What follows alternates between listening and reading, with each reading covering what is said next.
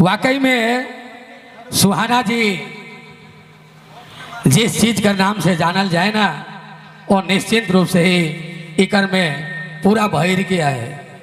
तो हम पुनः एक बार सुहाना जी के मौका दे पर हम काफी प्रयास कर रही इस मंच में लाने कर सुहाना जी के 2 साल पहले से, लेकिन समय और मौका नहीं मिले कर चलते हमरे मन इनके लाने की नहीं पाई रही।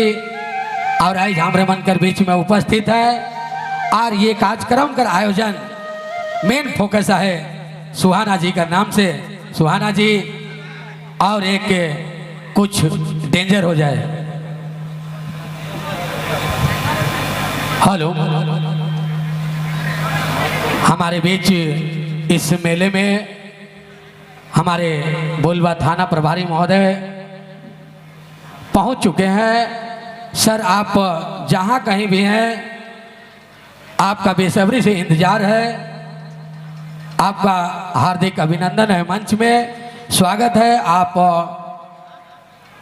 मंच पर आने का कष्ट करेंगे। सुहाना जी